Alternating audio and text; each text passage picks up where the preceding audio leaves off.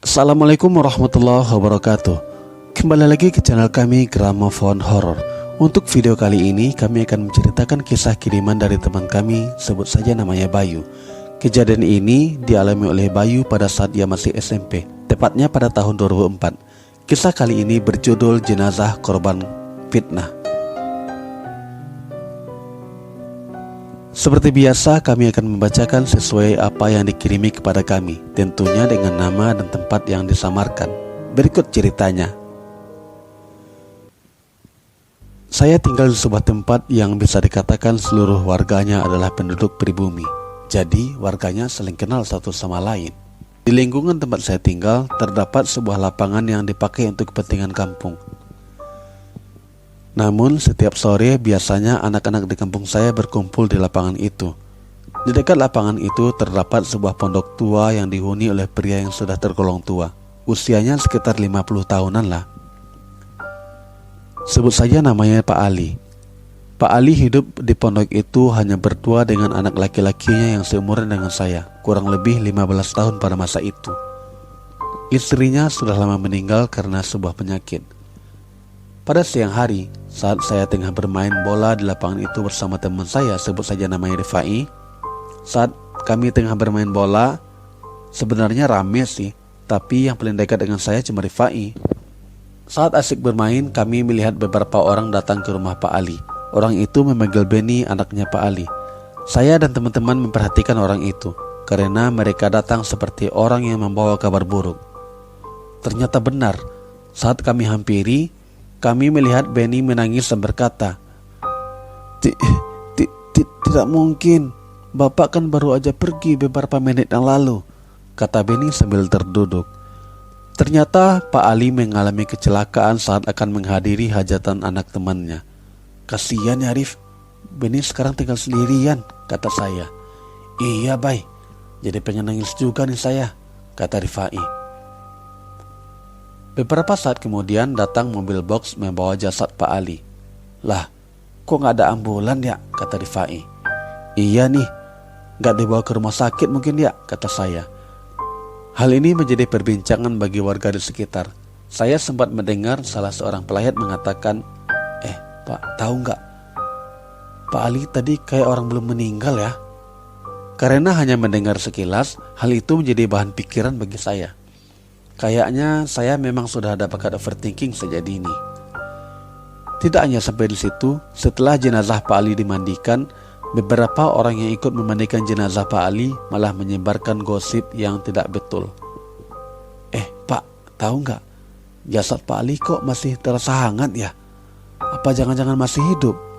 Tapi detak jantung sama nafasnya udah nggak ada sih," kata bapak itu bagaikan ibu-ibu yang lagi ngerumpi. Emang dasar gak tahu umur tuh bapak-bapak. Pada sore harinya jenazah Pak Ali dikebumikan di pemakaman umum dekat kampung saya. Pada malam harinya, hawa di lingkungan tempat tinggal saya jadi agak berbeda. Karena baru saja lepas maghrib, orang-orang sudah tidak berani lagi keluar rumah.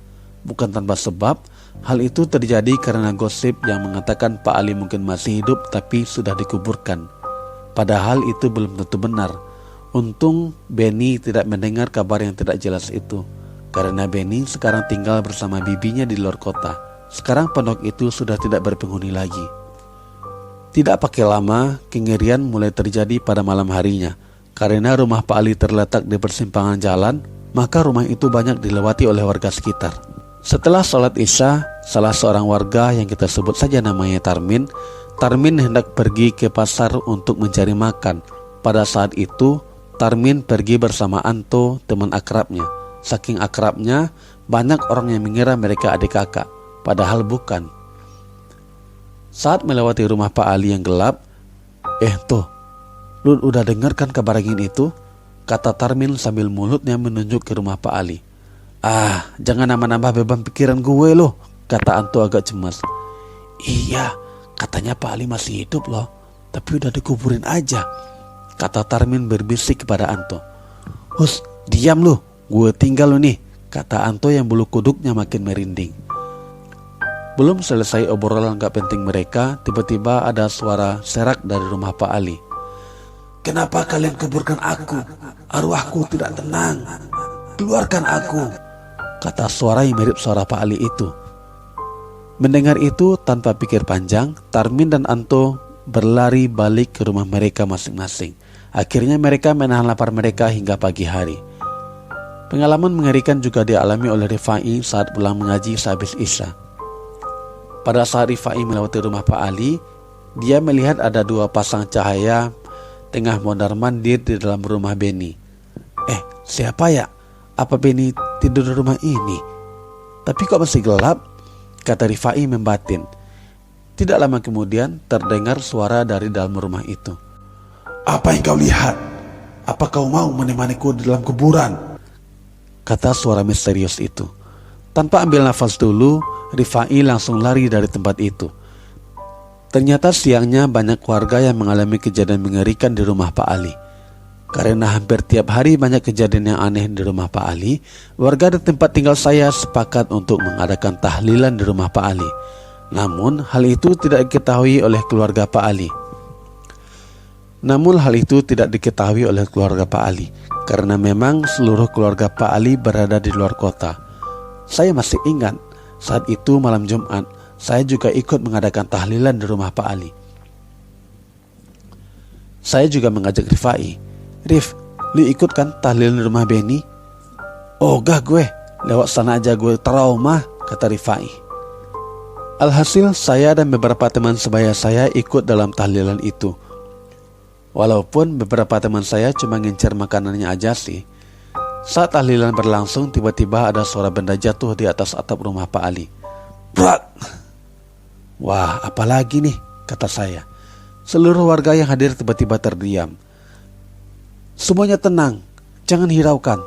Tetap lanjutkan tahlilan kita," kata Pak Ustadz yang memimpin tahlilan itu. Tidak hanya sampai di situ, tiba-tiba muncul suara dari atas atap. "Mau apa kalian? Kalian telah menganiaya saya. Saya akan datangi kalian semua," kata suara itu. Para warga tidak menghiraukan suara itu. Namun saya dan teman-teman pemburu makanan merasa sangat ketakutan. Namun tidak bisa lari, karena ayah kami masih lanjut tahlilan. Tidak mungkin kan kami berani pulang sendirian. Setelah tahlilan, suara itu pun muncul lagi. "Hidup kalian tidak akan tenang. Keluar kalian dari rumah saya," kata suara itu. Pak Ustadz sudah memuncak emosinya. "Diam kau. Kami tahu kau cuma jin yang memanfaatkan keadaan. Jangan fitnah nama baik Pak Ali. Beliau itu orang baik," teriak Pak Ustadz. Para warga juga ikutan berteriak. "Benar, jangan ganggu kami. Pergi kau." Kemudian saya melihat Pak Ustadz membacakan sesuatu. Lalu tiba-tiba ada suara letupan-letupan kecil dari atas atap disertai dengan teriakan yang mengerikan. "Awas kalian semua." Sejak saat itu tidak ada lagi gangguan yang dialami oleh warga. Memang semua itu berawal dari gosip yang tersebar dan menimbulkan ketakutan di dalam pikiran para warga. Itulah yang dimanfaatkan oleh jin yang berada di sekitar rumah Pak Ali. Maka hati-hatilah dengan apa yang kamu ucapkan. Sekian cerita pada kali ini, mudah-mudahan ada banyak pelajaran yang dapat kita ambil. Dukung channel Gramafon Horor dengan menekan tombol subscribe, lalu share video kami, serta tulis pendapat dan pengalaman teman-teman semua di dalam kolom komentar. Sekian, assalamualaikum warahmatullahi wabarakatuh.